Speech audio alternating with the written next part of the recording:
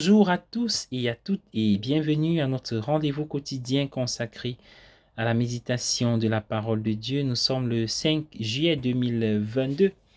C'est parti pour la halte spirituelle. Alors cette semaine, nous puisons vraiment au creuset de Saint Jean Chrysostome et nous commentons pour actualiser avec les textes qui nous sont proposés.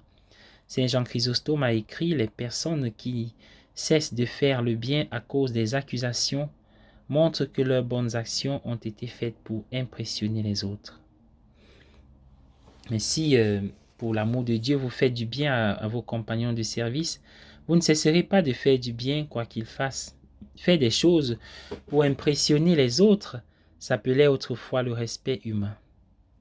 C'était mal nommé car il n'y a aucun respect réel ni pour soi, ni pour les autres dans la spiritualité catholique, car de nombreuses choses étaient nommées de manière très trompeuse. Il n'était qu'à moitié traduit en latin. Le mot respect, par exemple, n'était ici qu'une mauvaise traduction de respicere, qui signifie regarder en arrière. Dans ce contexte, cela signifie vérifier comment votre performance est perçue par le public. Une meilleure traduction aujourd'hui pourrait être chercher à impressionner, faire impression, ou chercher la célébrité. Il est clair à chaque page des évangiles que Jésus en était totalement exempt. Lorsqu'ils ne trouvaient rien à critiquer dans ce que Jésus faisait, ils essayaient de creuser et de discréditer ses motivations. Cela a une consonance très moderne. Il chasse les démons avec l'aide du prince des démons. C'est ce qu'on pourrait appeler l'explication par le bas. Certaines psychologies modernes proposent également les explications par le bas. Nous vivons dans une culture de la suspicion dans laquelle les motifs supérieurs sont généralement interprétés comme de l'hypocrisie. C'est une façon séduisante de voir les choses. Elle explique la bonté et me donne donc la permission de me vautrer là où je suis.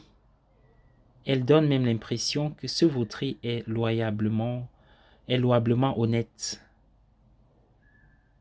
Il y a aussi l'explication par le haut.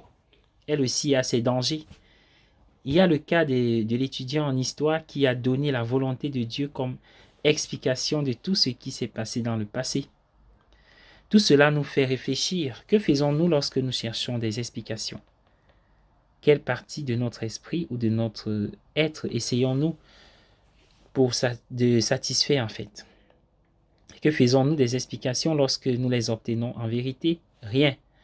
Nous passons à autre chose. Jésus a ignoré la plaisanterie sur Belzéboul. C'est sans doute la meilleure chose à faire avec les explications, surtout les explications d'en bas. Essayer de les contrer ne fait que nous priver de notre pouvoir. Oui, j'aime la façon dont le récit continue. Puis Jésus parcourut toutes les villes et villages. Bonne journée à tous et à chacun, soyez bénis.